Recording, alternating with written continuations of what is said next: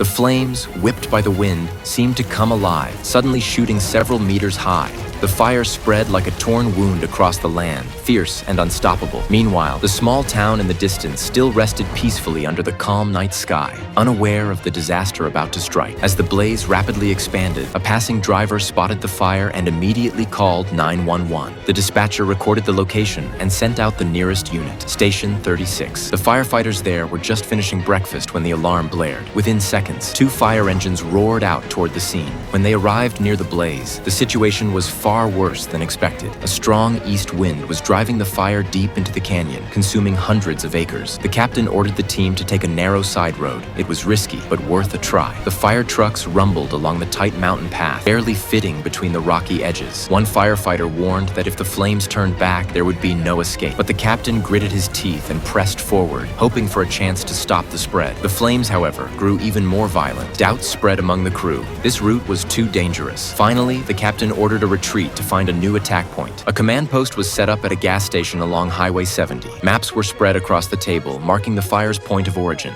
It had already burned 200 to 300 acres, and the strong east wind continued to push the fire front forward. The canyon's geography only made it more uncontrollable. Canyon. The Jumbo Gap engines tried to make access off Fan Creek Road, but couldn't do it, just got too narrow, too steep. They backed out, now coming up over the ridge, and they're trying to make access down from the top. About a mile away stood an abandoned mine, but nearby, a small community called Concow was in immediate danger. Around 800 residents lived there in trailers and wooden houses. Commander Blake ordered an evacuation warning to be issued. He asked about Paradise, another town across the canyon.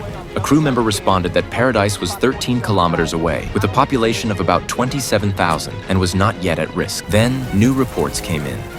Someone had spotted a second ignition point in the same area. Thick smoke near the northern edge of Concow made visibility impossible, and the high winds had damaged frontline cameras, cutting off the video feed. Fire crews feared it might be spot fires carried by embers, but at a distance of 5 kilometers, it could also mean a new wildfire had started. The power company reported that a nearby transmission line had fallen, causing a blackout in the port area just 10 minutes earlier, possibly sparking the second fire. Blake's face darkened. He furiously demanded to know why the power company hadn't shut off electricity earlier when the red flag warning was issued. Now the blaze was out of control, and every live wire could ignite another inferno. As the situation in Concow worsened, firefighter Hopkins sent in a grim update. He had just gotten off duty at the port when he noticed heavy smoke rolling in, with embers sweeping across the area. He saw with his own eyes as flames jumped past the containment line and advanced toward homes. The fire had broken through all defenses. The situation was now completely out of control.